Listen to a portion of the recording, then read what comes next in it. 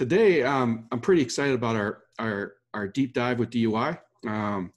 This is something that I was excited about when I got into diving, which is going down to Mexico and starting to explore cave diving and just do something completely different.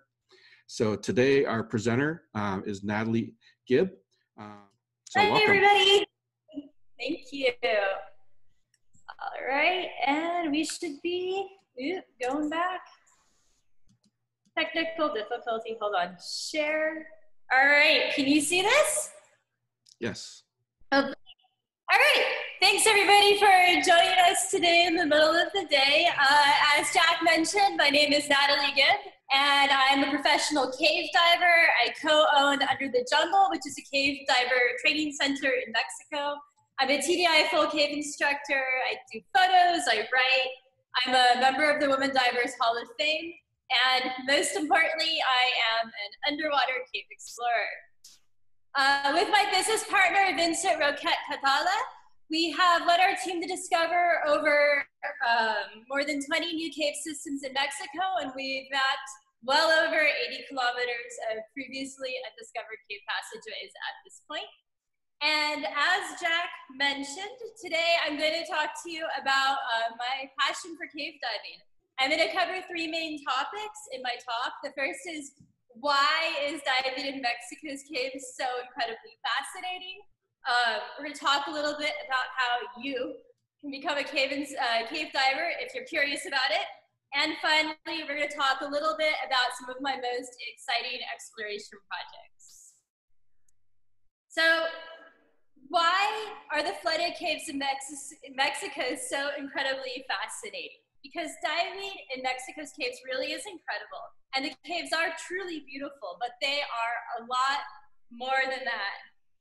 The caves here in Mexico are sort of time capsules.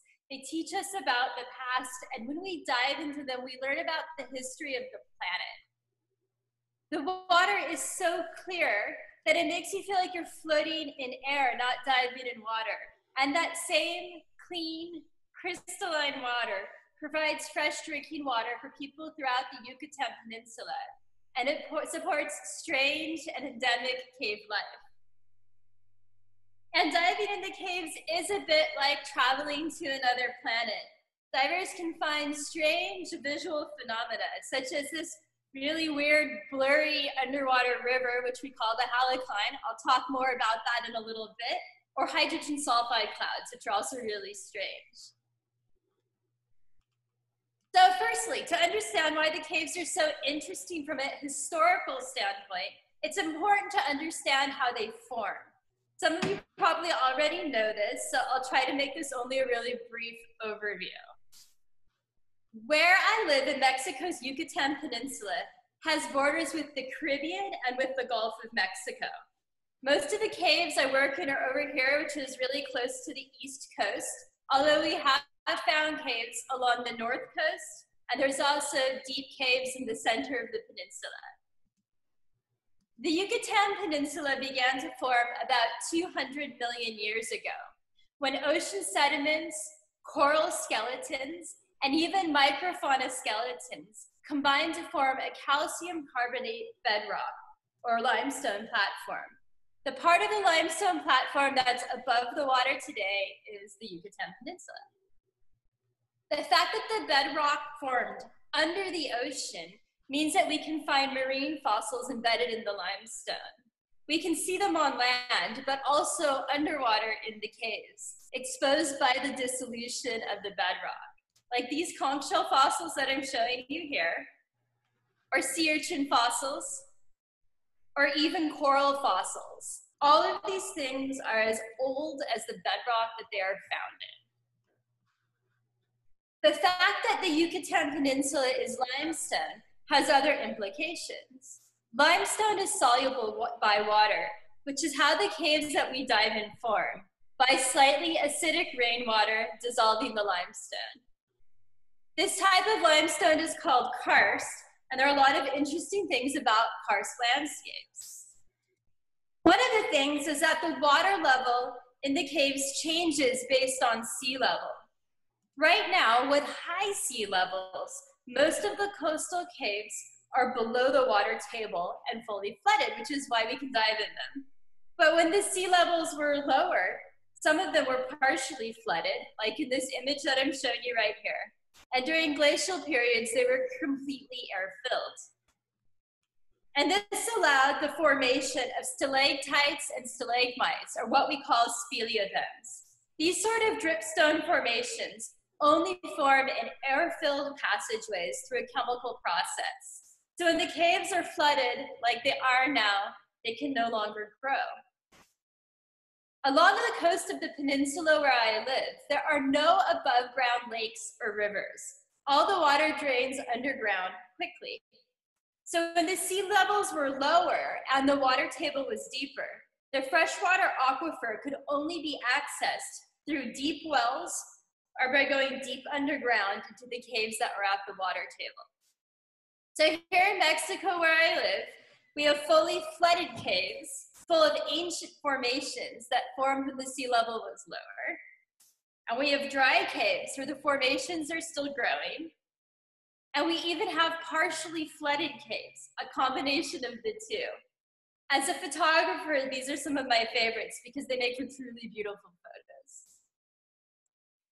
The presence of these cave formations tells us about the ancient climate, and scientists can study speleothems in combination with rocks and fossils to learn about historic sea levels, rainfall, and much more. But we can also find other things in the caves that tell us about surface events and even about extinct animals. Just looking at the rock colorations when we dive, we can learn so much about what was happening on the surface. The gray rock here is likely to be ash from ancient forest fires. When the caves were dry, rainwater carried the ash underground where it became part of the rock. We can even find charcoal from ancient forest fires kilometers back in the caves. It's perfectly preserved. During the last glacial period, which ended 10 to 12,000 years ago, animals might have gone underground into a cave just like this one to seek shelter or to find cooling water when the caves were dry. This means that the caves are interesting from a paleontological standpoint. This is a giant ground sloth skeleton that Vince and I discovered way back in one of our exploration caves. Giant ground sloths were alive during the age of megafauna in North America, which according to Wikipedia was 2.6 million to 11,700 years ago. They were really giant. Look at the size of Vince compared to the pelvic bone on the right. Until divers started venturing into Mexico's flooded caves, there weren't many paleontological finds in the area because the hot, wet environment on the surface causes bones to degrade and disappear. There was a missing fossil record with almost no evidence of megafauna in Central America and in southern Mexico. But the cool, fresh water in the caves in the static environment is much better for preserving animals. This one here is the sloth's claw, and it's almost as big as my hand. And this is the sloth's head. You can see the jaw in sort of in the center here. It's delicate, and it would have degraded on the surface and disappeared from history. This is what a giant ground sloth is thought to look like, in case you're interested. And we wouldn't have been sure that they lived in the region if divers weren't finding their remains in the caves. The caves are even good for preserving artifacts from past civilizations. The Maya believed that the cenotes were sacred, where their gods lived, and would toss sacrifices like this pot into the cenote wells to appease the gods. So one of the reasons that I find Mexico's caves so interesting is that they're like time capsules. We are diving into a place frozen in time before the caves were flooded and when ancient animals roamed the earth. The Yucatan's caves are also interesting from a biological perspective to divers.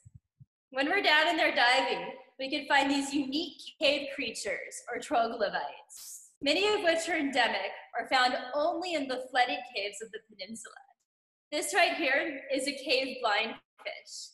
It's colorless because it has no need for pigmentation in the dark, and it has skin grown over its eyes because it no longer uses them. These guys can live for decades. This is a remipede. It's like an underwater millipede, and they're actually really cool and not creepy when you find them in the caves. They live in the salt water, and they're also endemic. They swim by moving all of their little legs, and you're gonna see one in a video in a moment. And there are huge amounts of tiny shrimp and other crustaceans that live in the caves. This one here is one of my favorites. It's an isopod. They're tiny little cave roly-polies that behave just like they do on land. Here it is, uncurling and crawling along. Just off the coast, the island of Cozumel, across from Playa del Carmen, also has caves. It's home to one of the most unique places in the planet, which is a cave called Aerolito. Aerolito is connected to the ocean and filled with ocean life that has become cave dwelling. I want to pause here and show you this cheesy GoPro video, an attempt to narrate it over the music of some of the life that we found in the Cozumel caves. This is a remipede in a cave called Chempita. Look at it go. And Chempita has a depth of 150 feet. So this is quite far. This is Aerolito, and that's a scallop. Hundreds of meters from the ocean. They live in the total dark, and it's just swimming there around the cave line.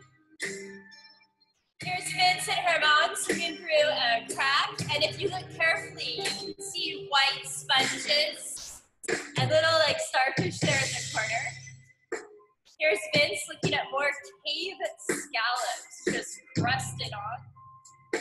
These are cave brittle stars. The floor of this place is absolutely crawling with them. I'm calling this the not blind fish. It actually has a technical name. It's got eyes still. That's a starfish way back in a flooded cave. And this is the first example of a halocline you're going to see. It has fresh water on top and salt water on the bottom.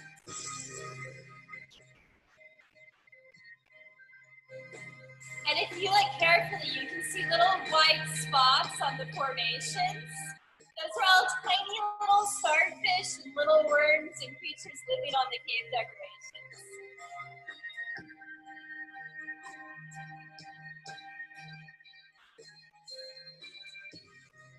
And this is actually Herodon collecting a remipede from Chempita to do a scientific study. It's the only cave in the world where that particular species is found. Places are just massive.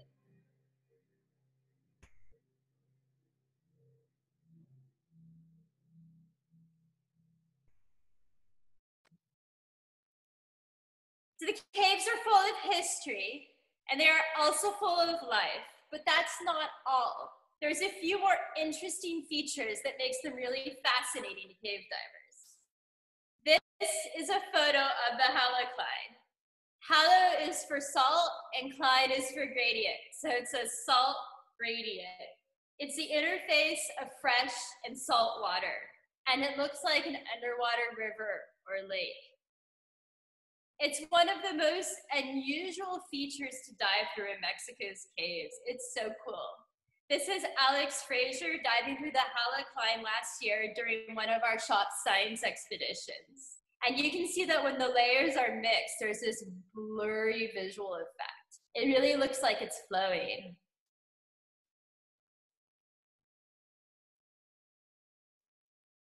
From a hydrogeological standpoint, haloclines are interesting as well. The fresh water in the caves is saturated with calcium carbonate, as is the salt water. But when the two are mixed at the halocline, the resulting solution is not saturated. This means that just at the halocline, the water can dissolve more rock and form more cave. It acts like a chemical blade or saw, cutting away at the cave. So many of the caves that we dive are actually widest and biggest just at the halocline level. So here in Mexico, it's not an unusual feature to find when diving the cenotes, but it's super cool. And what's this wispy fog underneath the diver? That's hydrogen sulfide, a toxic gas dissolved in water. Here you can see the hydrogen sulfide cloud at the pit, at the bottom of the cenote. It's released as a metabolical byproduct from the breakdown of organic matter like leaves by microbes. It often layers just at the halocline level due to its density. In light concentrations, it's not hazardous to scuba divers, but in high concentrations, it can be problematic, as it is in some of our exploration projects. So Mexico's caves are beautiful, but there's so much more to them than that. They're filled with history and biology and geology, and they're still largely unexplored. I've been doing this for 14 years, and I'm still learning things about them. So I'm constantly in awe of the caves of this planet.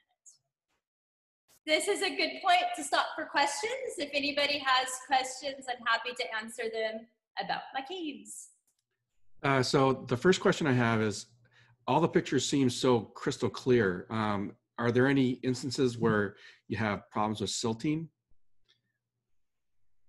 So yeah, you could have problems with silting. Here where we are, basically the limestone bedrock is a giant filter. So you don't have things like rain doing a lot of runoff and pouring into the caves and disturbing the visibility. So most of the time, 99% of the time, I would say that the visibility is just as crystal clear as you're seeing it in my photos and in my videos. Visibility disturbance would be mainly caused by poor diver technique, or if we are exploring, when you're in a place that nobody's ever been before, when you breathe out and your bubbles hit the ceiling, you get what's called percolation, which is your bubbles knocking like tiny little microscopic like bits of rock and dust off the ceiling. And for the first couple times you're in an entirely new cave, that can cause an actual complete loss of visibility. That's more of a concern if you're actually doing cave exploration. If you're diving somewhere where there's established cave lines, which is what normally people are doing, then it's perfectly clear and it's always beautiful like this. Yeah, I kind of look at it as like wherever other people have gone and they've laid cave lines down, it's kind of like going to a ski resort. There's designated paths you go down. So it's pretty well mapped out. So the next question, I'm actually going to combine two questions together, is what are the water temperatures? And because I know they can vary, but also at the same time, when you're doing the fresh and the salt water in the cave at the same time, how do you deal with weighting? Yeah, two very good questions. Okay, so water temperature first. The water temperature is usually between 77 degrees Fahrenheit and 75 degrees Fahrenheit, somewhere around 25 or 26 degrees Celsius in the fresh water, and depending upon the time of the year, the salt water can be a few degrees warmer or just like 1 degree warmer. Salt water is kind of creeping in from the ocean and sometimes even coming up like through the rock. So it's a little bit more warm, whereas the fresh water is coming down from rainfall and that cools it a bit. The halocline itself, you do need to consider weighting. Halocline is usually deeper, so depending upon how far you are from the coast, it could be anywhere from, let's say, 8 feet deep right by the coast all the way to like 70 meters, like 200 and something feet deep in the middle of the peninsula. So clearly if you're getting into deeper areas, usually the compression of your suit, if you're using a wetsuit and such, doesn't require you to weight yourself differently. If you are going to be diving in a dry suit, which I do, that's how I know Jack, then you would want to consider weighting yourself so that you can be neutral in the dry suit in the salt water. It's not like 100% salt, it's a little salty, so in most cases a couple extra pounds is sufficient. So just a little quick story. I know that in open water, as you're going up, you're always venting your BCD because the air expansion. So the first time I experienced going from one layer to the next, I found that all of a sudden I just kind of like hit this plane where I had vented air thinking I was just going to keep shooting to the surface, but I came to a different density of the, the water change and the halocline, and I just kind of flattened out and was like, uh-oh, I need to keep going up somehow. Anyways, I let out too much air. You have to break, you have to kind of punch through that barrier. So you have to inflate to go up at a certain point and deflate to go down just right when you're crossing that halocline barrier. So quick question about when you're finding things down in the cave, is there a problem with invasive species now being entered or introduced into the caves at all? There actually, it's a very good question. There have been problems with invasive species in the past. So a couple different things that can happen in really remote places where there hasn't been a lot of recreational cave diving. We will often turn off our lights actually while we're swimming the first, 100 feet into the cave and just hold the line, because otherwise the fish from the open water vicinity can follow you in and then they just wreak havoc because the cave inhabitants are blind and the open water fish use your lights to hunt them. So you can have problems with just the open water fish going into the cave. And then the other thing that has been seen here is that some of the cenote owners at some point were like putting things like tilapia into the cenotes because it's freshwater, so then they have like a food source. And that was just like trashing the ecosystem, eating all of the freshwater fish and then eating all the vegetation in the open water of the cenotes, which was obviously just like completely destroying the ecosystem and killing everything else off. So a couple more quick questions. Sorry. Is the local government doing anything to help protect the caves, or is it just mainly the divers trying to protect the cave systems? A little bit of both. I think they are technically getting closer to being protected, but it's like anywhere where you have a relatively poor community and then some really like big, heavy corporations. So the punishment for like destroying a cenote would be, you get a huge fine. So if you have billions of dollars in hotels, that's not a deterrent. It's just the cost of bulldozing, the cenote and the mangroves, which is problematic. I'm involved with an initiative called Somos los Cenotes, which is basically like a way we're trying to call attention to the cenotes as a source of tourism income and share the information that the cenotes are really beautiful and worth preserving with everybody. So I encourage you to check that out as well. We have a Facebook and Instagram page for it as well. So I have one other question, but it might relate to the third part of the presentation. Okay. So I'm going to hold that for later. Okay. Shall we keep going, Jack? I would say keep going. Next step. Yeah, keep going? Yep, keep going. All right, so at this point, I hope you guys are all at least a little bit interested in cave diving. Clearly for me, it's the best thing ever. So the next question is, how do you become a cave diver if you want to do this? Is it dangerous or scary, or what's the process like? So divers who are interested in becoming cave certified often, first of all, wonder, is it dangerous? And in the early days of cave diving, it certainly earned its reputation as the world's most dangerous sport. However, that was decades ago, and I actually think that now recreational cave diving is pretty safe, provided that divers seek proper training from an experienced instructor and that they follow the rules. Although I do feel that exploration is a little bit riskier. However, I certainly feel more at risk than anything else just driving on the highway in a car than I do in a cave. And the reason is that in a cave, only my own actions and my own decisions will get me killed. Cave diving is all about control, both mental and physical. So once the basic cave skills are learned in training, it's 90% a mental activity. It's a cave diver's mental state and either good or poor decisions that will most often endanger him. A proper cave course, therefore, will train your brain to react calmly and to make good decisions underwater and to deal with stress in a cave.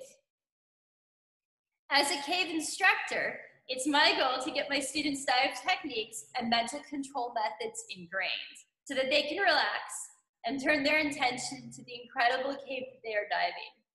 In other words, if a student feels stressed or hyped up with adrenaline after a cave dive, I'm really not doing my job.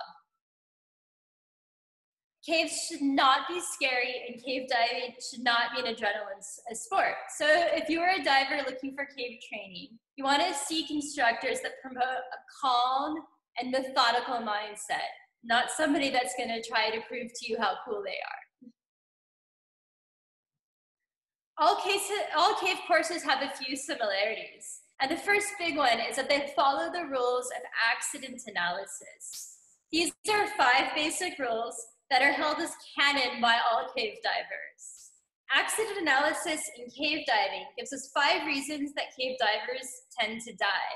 And to this day, these rules are implicated in just about every single cave accident. The first rule is that you need to seek proper training. And you're doing that by enrolling in a cave course with a qualified instructor. In the early days of cave diving, no instruction was available because people were figuring it out as they went along. And it's one of the reasons for the high fatality rates at the beginning of cave diving. The next rule, the next thing we see people doing to die is not having a continuous guideline to the open water or making a navigational error. So the rule here is that to avoid getting lost, cave divers must always follow or place their own guideline. And this guideline should run through the cave all the way to the open water where they can surface. Any intersections in this line should be marked by a personal marker. The ones in this photo are called REMs to avoid any confusion. The cave line provides a visual reference so you can't get lost, but it also provides a physical reference so that you can hold the guideline and exit even if you completely lose visibility. The next rule that we see is that people sometimes mismanage breathing gas. So to stay safe and not run out of breathing gas in the cave, we always follow the gas management rule of thirds. This basically means that you get 1/3 of your gas to go in and 2/3 to exit. So we always start our exit with twice the amount of gas that we need to get out. And we always have it distributed between a minimum of 2 tanks. A cave diver can safely exit, therefore, on only 1 tank in the event of a gear failure, or he can share air with a buddy and still get both divers out. The next thing we see implicated in cave fatalities originally is death. Deep diving in caves can be dangerous because of decompression and narcosis. And of course, diving in general has got a lot safer with regards to these things since the beginning of cave diving. So the rule here is don't dive deep without the proper training and without using the proper breathing gases for going deep, which would be trimix instead of air and the proper decompression gases. And of course, you need technical cave training so that you have sufficient gas to survive a gas loss, even with an elevated breathing rate, even if you're stressed. And technical cave training can help people to plan for most of these eventualities. Finally, the gear. At the beginning of cave diving, people could die from gear failure. So these days, we always carry redundant life support equipment. 2 tanks, 2 regulators, extra lights, extra reels, extra spools, extra of everything. This means that no single equipment malfunction should endanger a diver's life. He just switches to his backup and starts to exit with his team. Additionally, each team member has redundant gear, which can be donated to a diver in the unlucky event of multiple gear failures. As far as the training goes, most agencies break down cave diving into several steps. So we have base skills, cavern, and then a level 1 style course, which with my organization is Intro to Cave, and a level 2 style course, which with my organization is Full Cave. So base skills first. Before learning to cave dive, it is important to master base skills in the equipment configuration that you're planning on using, whether it's side-mounted doubles, back-mounted doubles, or even a rebreather. A good base skills course will teach you how to manage all aspects of your equipment configuration, including valve shutdowns, air sharing, wing failures, and where applicable, hardware failures. The base skills course will also cover propulsion techniques, such as frog kicking, reverse kicking, flat turns, and we'll cover trim and buoyancy techniques as well. And here's the trick. Any cave or cavern course that offers to teach you these things during cave training does not have your best interests at heart.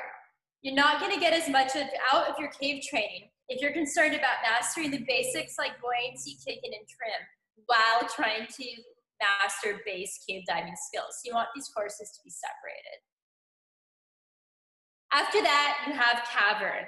Most organizations offer a cavern level as the first step in cave certification, although a few of them, like DUI, jump straight into cave. The cavern is basically the entrance to the cave, an area no more than 200 feet or 60 meters from the open water, with daylight, good visibility, and no tight spaces. The way my shop teaches it, cavern is actually the most difficult level, as it introduces all the overhead diving base skills, which must be mastered to the level that they would be used in the cave before the student can continue to cave training. Our reasoning is that even in training, cave students could face a real life situation, and we would want them to be safe. So our cavern courses cover passive and active communication, air sharing in the overhead, zero visibility line following and real work, problem management in the overhead environment, and even navigation protocols. Once a diver has mastered the cavern skills, the next step is the first cave level, or Intro to Cave with TDI, which is my organization.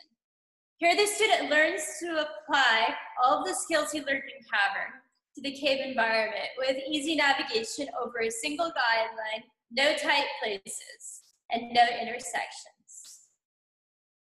During Intro to Cave is taught by TDI, students also learn skills such as locating a lost guideline without visibility, searching for a buddy, repairing a broken guideline, and dealing with entanglements. Penetration is limited to 1/6 of the total gas in the diver's doubles. And then you have the final level of cave training, which is full cave. Here, students may penetrate further using a full 1/3 of their breathing gas. They learn how to navigate intersections and move farther away from the main cave passageway. They practice dealing with restrictions or tight places. And some organizations allow decompression with oxygen at this level. So while all training organizations have small differences, each organization has some sort of stepwise program that divers learn gradually. So you just don't take off immediately for hours into a tight cave right off the bat. And you don't have to be a highly experienced technical diver to start cave training. It's the instructor's job to slowly turn you into that type of diver. Cave diving has really evolved since its early days. We've learned from divers' mistakes and gained a good safety record. So I would encourage anyone interested in cave training to pursue it. Just realize that training as a process takes time and it's best done bit by bit, and try to learn each level really well before proceeding to the next so you get the most out of your courses. And that's a good place to stop if anybody has questions about cave training. Okay, first question is, this is not meant to be an advertisement, but what side mount system do you personally use? And do you have any recommendations for side mount systems in general for Mexican style cave diving? I would say I have 2 recommendations that I really like them both. I dive a Razor, which is like one of the original side mount systems that came out of Mexico. Is developed by Steve Bogarts. It's hyper streamlined, and for anything where I would be in a wetsuit, for anything where I would be doing actual like really tight cave diving, I mean really tight, it would absolutely be the only thing I would use. I teach a lot and am waiting for an X Deep to arrive as well. I'm really happy teaching with this system. For me, once I get it, I'll see, but observing students, I think there's some advantages in a dry suit, and I am diving dry most of the time, just as far as location of the dump valve and things goes. So now that Jack's hooked me up with my awesome new Flex Extreme that I love so much, I'm going to try to use this as well, and I'm going to use both of those to match my students. For really small girls, I really think the razor is better. For anybody else, I would say just like your choice, one of those two systems is definitely preferable. They both were developed in Mexico for this style of diving. And I've definitely used the razor in Florida with steel tanks and stages, no problem as well.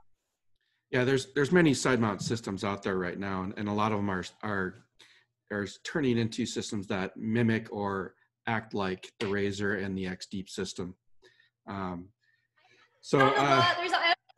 small issues with most of the other ones, but I'm open if somebody has something that seems to work like that, we'll try. I haven't gotten through a full cave course without somebody breaking down and buying one of those two systems yet. So. Yeah, with any of these systems, and personally I found that you still have to do some modifications to make it fit you better or make it fit the way that you want to dive with that system. So a lot of them do have some customization abilities to them. So the next. Well, that's the thing about side mount is no matter what kind of side mount system you're diving, the advantage of side mount is you can kind of custom fit it to the divers. The disadvantage of side mount is you have to have somebody custom fit your system to you or it's going to be miserable. Right. So this kind of goes into, can you do back mount for cave? Absolutely, yeah. All your images are showing side mount. Side mount's definitely more popular in Mexico now. So I would say at this point, I dive primarily side mount. And I started cave diving in Mexico, which was about 13 years ago. Nobody dived side mount. People were just doing it as exploration, and there really weren't even any commercially available side mount systems on the market. So I actually did my first 4 years of cave diving and instruction in back mount. I did exclusively back mount for 4 years. And then when I really started getting into some pretty tight exploration, I started getting into side mount. And around that time is when a lot of people started coming out with like really good side mount training programs and things as well, which is a difference from when I started. I'm super happy teaching back mount now. There's nothing wrong with it. And there's some big advantages. Like if you're already a wreck diver and you already dive back mount, unless you want to go into like super tight caves, I wouldn't necessarily recommend that somebody just change their configuration for that unless they see a need for it. So yeah, back mount's great. You still see it. I would just say side mount's more popular right now. Right. So I kind of missed this question earlier from the first one. So do the bubbles, because you're talking about the bubbles causing stuff to come off the ceiling, do the bubbles cause any damage to the caves? And so is there a move for a lot more rebreathers to minimize that? And also, I assume, to extend your distance. But all right, so yes, bubbles do some damage to the cave. I feel like that this is sort of acceptable. I would call it minimal, because we're gonna put a line in the cave and then you should really just always be within arm's length of the dive. So like the line, so when you're diving, you know, if you're in a place that has been lined before and you stay within arm's length of the permanent guideline, you're really not gonna do any new damage to the cave. Sort of like cutting a pathway to a garden or a forest. It is, you have a tiny bit of destruction, but everything else stays beautiful and you wouldn't be able to see it without. Rebreather diving, as a rebreather diver, is extremely tricky as far as buoyancy goes. And I would say that here in Mexico, I see way more damage from rebreather divers in our shallow, difficult, tight caves than I do from open circuit. It's really tricky, and for most of the diving we do here, because the caves are so shallow, let's say an average depth of most of our caves is 25 feet, you don't get a huge amount of extra distance from a rebreather because you have to carry enough bailout to get yourself out of an accelerated breathing rate in case you have a CO2 breakthrough or something.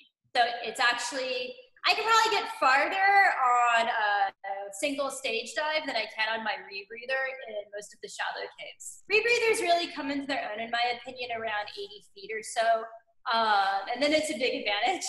So I use my rebreather from that, and I'm looking forward to using it for deep cave exploration. Another issue with rebreathers in caves is if you're using them in open water, basically you go down, you get your loop where you want it, and then you're not going through dill, you're going through a really minimal amount of O2. Here in Mexico, we have super sawtooth profiles, and I would say it's normally going up and down from 50 feet to like 15, 10 feet. over and over and over again. So just in like the cavern dive at Taj Mahal, it's possible to almost empty your dill bottle. See, even with an inflation bottle, because you have to keep adding gas to your counter lung. So dives like that with sawtooth profiles, they're also not an advantage. So there's pros and cons of it. I wouldn't say it's the best tool for Mexico cave diving at all, but as a rebreather diver and owner, I would say it's really a lot of fun. Right. So on the rebreather end, people don't, I mean, I assume, I'm saying this as an assumption, if they're doing their intro to cave, they're not doing this on a rebreather. There's Actually, a step. I don't teach on a rebreather. I'm a new rebreather diver. I've only owned my rebreather for slightly over a year. It's been like a year and a half since I got trained on it. So I'm saying the first time. For an experienced rebreather diver, okay. There's a couple of people down here that are hyper-experienced rebreather cave divers that could teach you on a rebreather from the beginning if that's what you're comfortable doing. And I mean, if all you ever do is dive in a rebreather, there would be an advantage to it, right? Because otherwise you have to relearn open circuit. Right. But it wouldn't be with me. Okay, so that's what I have for now as far as questions. Cool. All good questions, guys. Thank you. So I guess I'll move on and talk about exploration if that's fine. Cool. So exploration, this is a picture of Vince in one of our original exploration projects. So for me, the goal of cave diving was always to become an explorer. This was my original exploration team in 2010. It's me, Anders Knudsen, the landowner Antonio Manrique of our very first exploration project, and that's Vince, and we all look like children. We've had some pretty good successes. So this is the cave from that photo, a shallow, beautiful horizontal cave called Tatich. It's an example of one of those partially flooded caves, max depth like 10 feet. This would be really miserable on a rebreather. And then we've even explored deep sinkholes like this one, which is called Ayin. This is more in the center of the peninsula where we have typically deeper caves. You see here's Vince going down, down, down, down, down. This place is just absolutely massive, all the way down to the floor where the cave can start. And I've even dived into this sort of daunting boil off the coast of the north coast of the peninsula. This cave I named Hydra, and you can see there was some flow. It was also clogged with branches, and we actually had to go underwater with the saw and cut the branches out against the flow to even be able to access the cave. So that's actually Vince with the saw. It was a pretty amazing adventure. But by far, the strangest caves we have ever explored, the most dangerous, and the most rewarding are the microbial caves we've been finding near the southern border of the state. So this started in 2015. We took a boat to a hole in a mangrove forest, and we dropped down into this really sort of spooky green entrance. And we found ourselves in a cave filled with the longest, brownest formations that I've ever seen. And when I swam to a solid-looking rock to tie off my line, it sort of dissolved in my hand. At the same time, the ceiling sort of shifted and slid off and got absorbed into the floor with a vague sort of jiggle. When I recovered from my surprise, I realized that the entire cave was absolutely covered in microbial growth. It coats the walls, and it coats the ceiling, and it coats the floor. We have no idea how thick the floor sediment is, but I know it's more than a meter deep of microbial goo because that's how far I can stick a measuring stick. We're basically swimming inside a vast microbial colony. And if you watch this really old video, you can see all of the microbes sort of wiggle and jiggle. It's the most amazing place. This is actually a GoPro video from the #1 very first dive we ever made into this cave as the initial explorers putting the very first cave line. So you can see that when we breathe out, all the goo just sort of rains off the ceiling at us. And these things we've named snot tights. They're these long microbial straws that drip from the ceiling, and they're soft. This is me laying the line. This thing's on the wall, we started calling webbies. They're sort of this like reticulated stuff. And this is Vince heading his reel at the end of the first exploration dive. I actually emptied my reel first, and then we kept going until we hit turn pressure.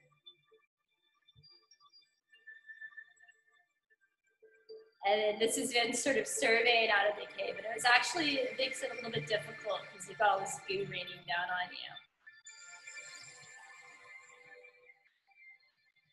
And it's just GoPro, but it's sort of fun because it's a bit of a historical video for us at this point. This place, Pandora, is a really challenging exploration. The microbial growth makes it difficult because, as you can see, every exhaled breath causes bacteria to flake off the ceiling and cause what we've termed a guck out. Very low or no visibility on the exit. And this creates a time factor as well when writing notes and surveying the cave, because you basically get just one breath. And once you exhale, everything, the visibility just completely disappears. Of course, this adds to stress and makes maintaining a calm mental state more difficult.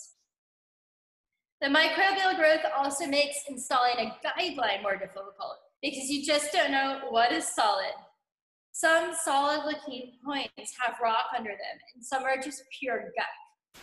So sometimes when you try to tie off the line, the whole thing just sort of dissolves and disintegrates in our hands, and it leaves us in zero visibility. In small areas, this means that if you make a mistake and you tie off onto something that's not solid, you can't see anymore. You just have to sort of hope that there is space to swim forward and make the time to find the next tie-off point. So after a while, we got used to diving and exploring under these conditions. We came up with this technique where you sort of like slice the exploration line through the goo and see if it hits rock. But what I'm never going to become comfortable with is a type of rock in Pandora and her sister caves. It's been eaten away by the acidic water. It's heavy and it's fragile and it's sharp. So when we are placing our guideline, we have to be aware that the rock can cut our line or our hands. And we can't pull the line as tight as we would like because the rock might snap or shatter off. The large crystal formations, like the ones above Vince here, are so fragile that Vince once saw a meters-long stalactite shatter off from my bubbles hitting it when we were scootering. It fell behind me and just missed my fins and sort of chunked itself into the floor, buried itself in the floor sediment.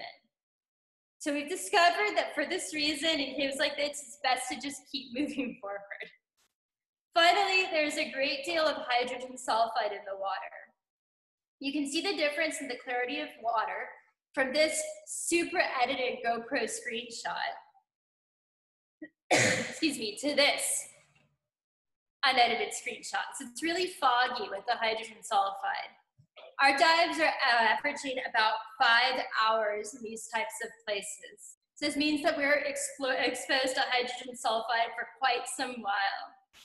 Moreover, every time we dive in these places, we disturb the microbes, which releases more hydrogen sulfide. And so the concentration increases over the period of days of consecutive dives.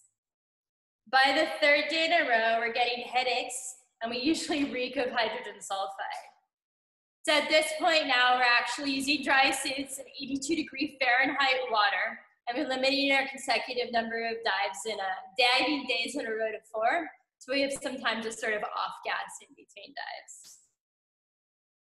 We soon reached kilometers-long penetrations from the Pandora entrance. And so we started looking for another entrance into the system. Here, look at this knot tight wiggle. Woo, look at it, it's super cool.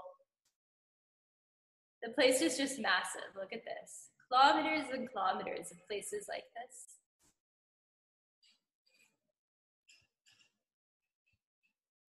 And so I'm going to try to turn down the volume a bit here. A few years later, we gained access to a deserted pump station with a cenote underneath, and we named this place Melmac. And looking at the two caves, we realized that they weren't actually that far apart, and so we decided we were going to try to connect them. So in late 2018, we actually connected these two cave systems, and this is really exciting to us. First of all, it's a huge mega system. It's like 12 or 13 kilometers long at this point. But what's more important to this is it means that this one cave we found, Pandora, isn't completely unique. This points to the existence of sort of a huge mega cave system in the area. So this is a video I took during the connection trip where we went to try to push and connect the two caves. We did this sort of a concentrated team effort with myself, Vince, and Marcelin David House, and this is my sort of pocket hydrogeologist, Dr. Patricia Meadows. I took her there for one dive, and that's the view pulling off the ceiling. And you can see here that the microbes just sort of float suspended in the halocline due to their density, which is nuts. And they just kind of hang there. That's Marcelin.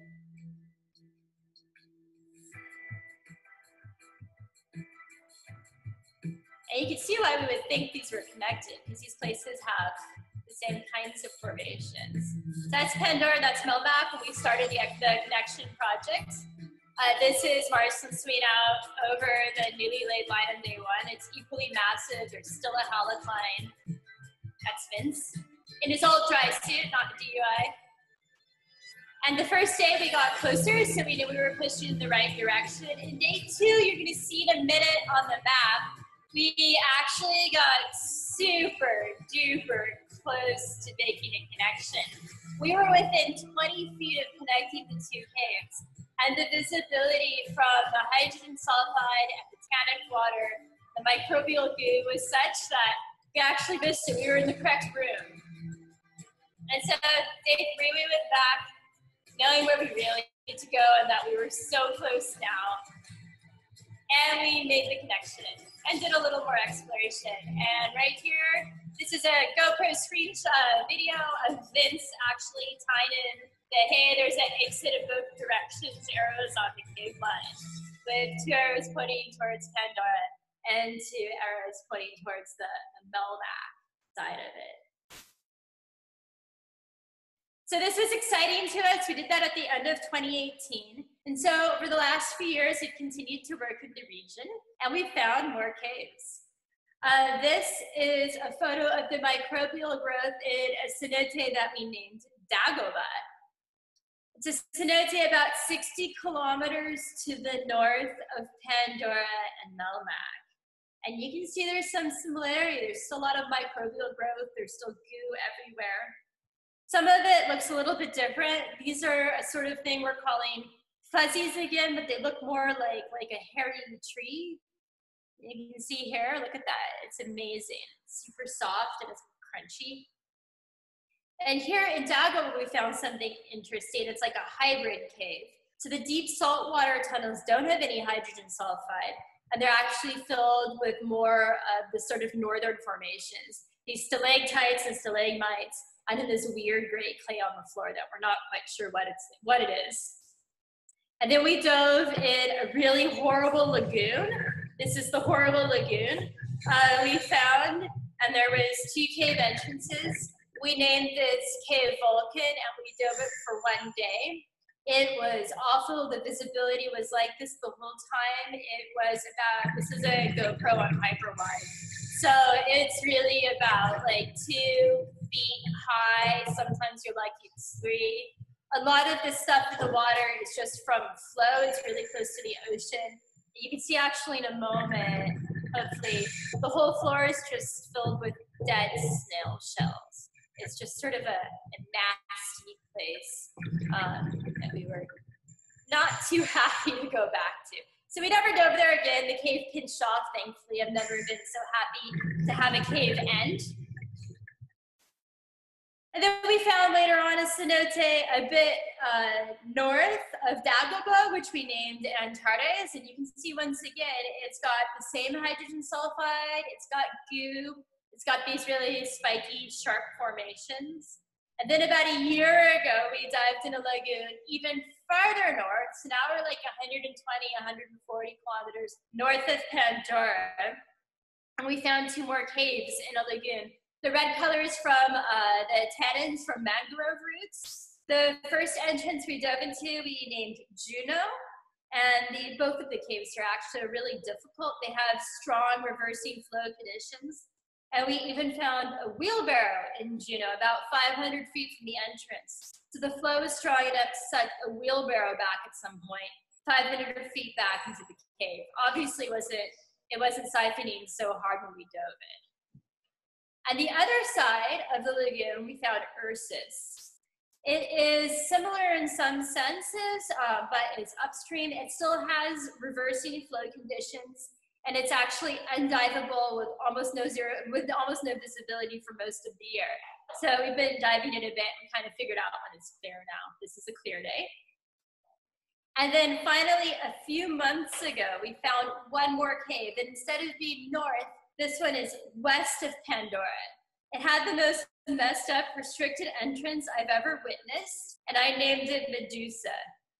Getting through the entrance and discovering this cave, it's the single proudest moment of my cave diving career, because I found the entrance based on a hypothesis I had about cave distribution in the area, based on all these other caves that we're founding. And it was right where I expected it to be. And there is no way that I would have been able to dive this really horrible, completely restricted, gut-filled entrance even a year previously. I almost feel like all these microbial caves that we've been finding have been slowly ramping up the difficulty level and sort of training me. And I didn't find Medusa until I was actually ready for it.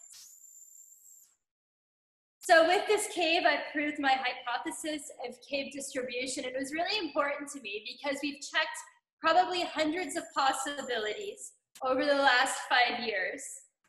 And we found very little. It's a really difficult area.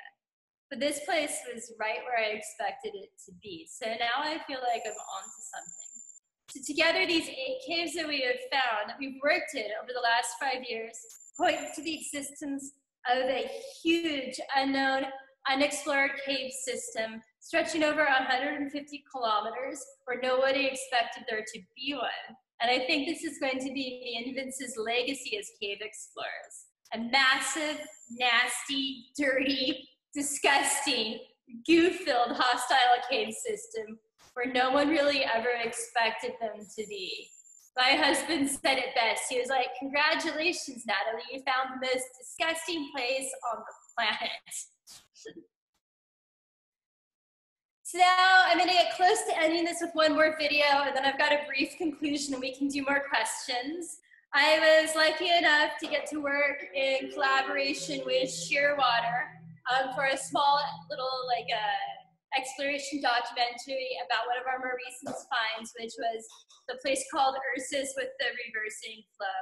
I want to show you this to demonstrate. I would say that Ursus definitely has a personality. It's one of the few places where we can really never know what's going to happen.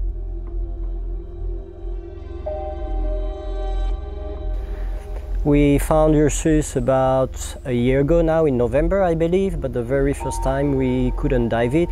And we came back 2 months after, and that was way beyond expectations. The first time we went down there, really, I thought, what the hell are we doing here? We couldn't see anything. It was like silty slope going down and down and down and down with no place to tie off. And when it finally cleared up at a very interesting and surprising depth of 24 meters, it kept going down in salt water. I think that was like one of the most exciting scouting exploration dive I've ever done. I think Ursus is a challenging dive because of the logistics it involves to go there, the money it involves, the time. We had to use this tiny dinghy that is not really fit for even like probably one person. So we had to put 3 persons on it, plus 4 tanks, plus dive equipment. And then we had to go through the mangrove, pulling ourselves through the branches, putting our heads down to avoid big branches falling on the way. So it felt like navigating on a nutshell, literally, over a big lagoon. So one day, at the end of the dive, excited after a very good exploration dive, the wind had picked up on our nutshell, making it very, very difficult to cross the lagoon again. So I just ended up clipping one of the DPVs to my crotch, and they tied a rope to my butt D-ring, and I pulled the entire dinghy with the people on top back to the other shore and back to the car, and we didn't have to sleep there. Pulling the boat was actually really fun. That was a bit hard on the crotch at the end though.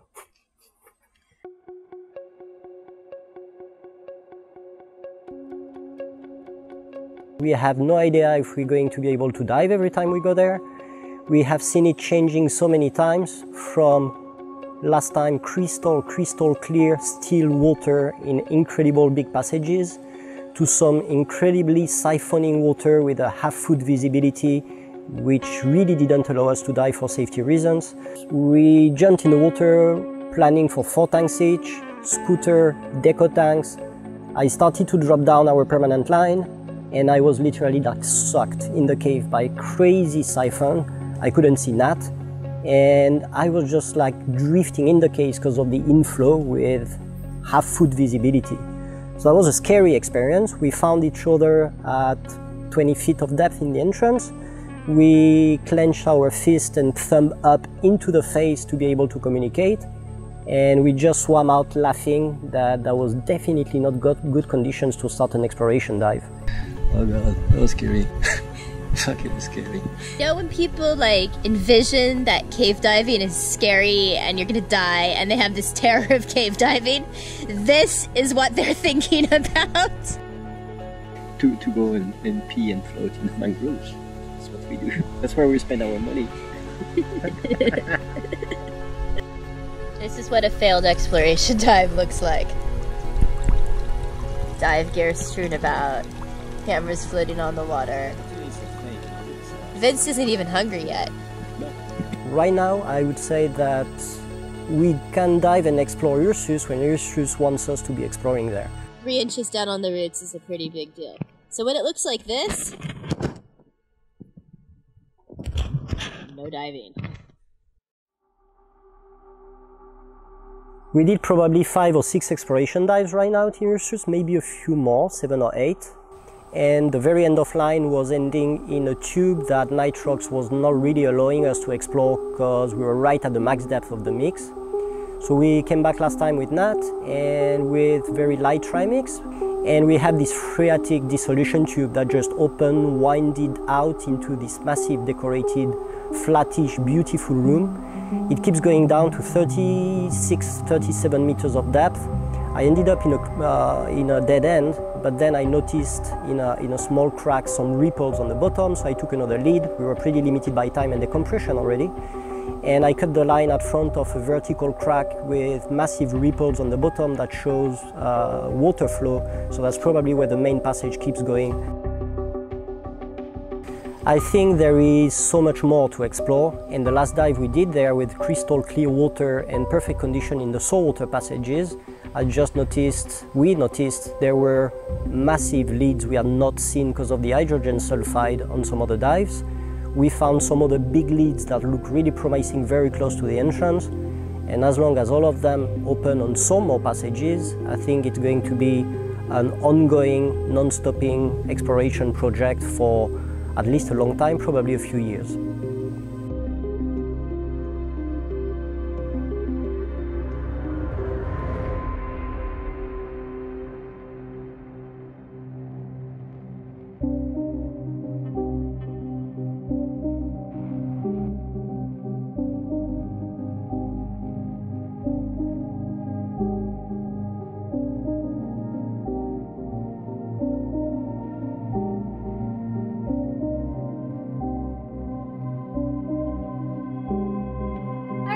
So at this point, it should be clear to you that there are vast and numerous cave passageways all over the Yucatan Peninsula.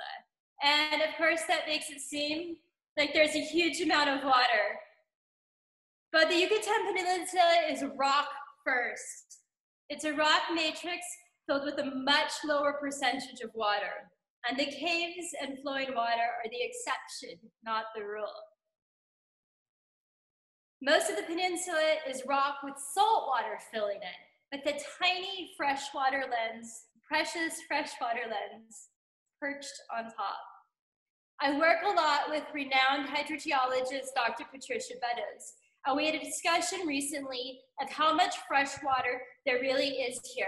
And through a lot of math and scientific thingies, she suggested that it's probably between 9 and 13 cubic kilometers of water. That's not a lot for a whole peninsula. Humans have a big impact on the caves, like this collapse that happened just up the road from my shop about a month and a half ago. This is less than a kilometer from my house, where they were grading the highway for expansion, and they collapsed a flooded cave. It puts things in perspective. These caves are valuable resources, and as much fun as they are to dive, we also must consider the caves in water use and development of the area, both for their significance for history, for the myriad of creatures that live inside of them, and for the animals that depend on them out of the water, like ourselves. So if you've made it to this point of the talk, I'm sure you're interested in the world around you. And so I will end this talk as I end all of my talks, urging you to stay curious and to explore. I explore caves, but as divers, each of you out there has your own unknown, whatever it is, and whatever your unknown is, you should go after it. It may take some effort. It might not always be comfortable or easy, but trust me, it's worth it. Thank you, everybody, for watching my talk, and I'm happy to take any other questions at this point. That was great, Natalie. I have quite a few questions to go over now with you. Okay, I tried to get the screen share. Hold on, stop share. There you go. Okay. Okay, so we'll start off with a list of questions. So you're finding ancient things in these caves, ancient bones and stuff like that. How many have you personally found on new exploration? So like things that have never been seen by modern man, so to speak. Yeah, quite a few. The biggest thing we found is the giant ground sloth. I mean, we're not the first people to find a giant ground sloth, but it's in a new area and it's quite far from the entrance. And then you find a lot of smaller bones. Often they're much closer to the sort of cenotes of the cave entrances where things could fall in. We've also found some pottery and things like that. And all of those have been reported to the archaeological institution here in Mexico. So how many people are actively, that you know of, exploring caves like this, like what you and Vince are doing?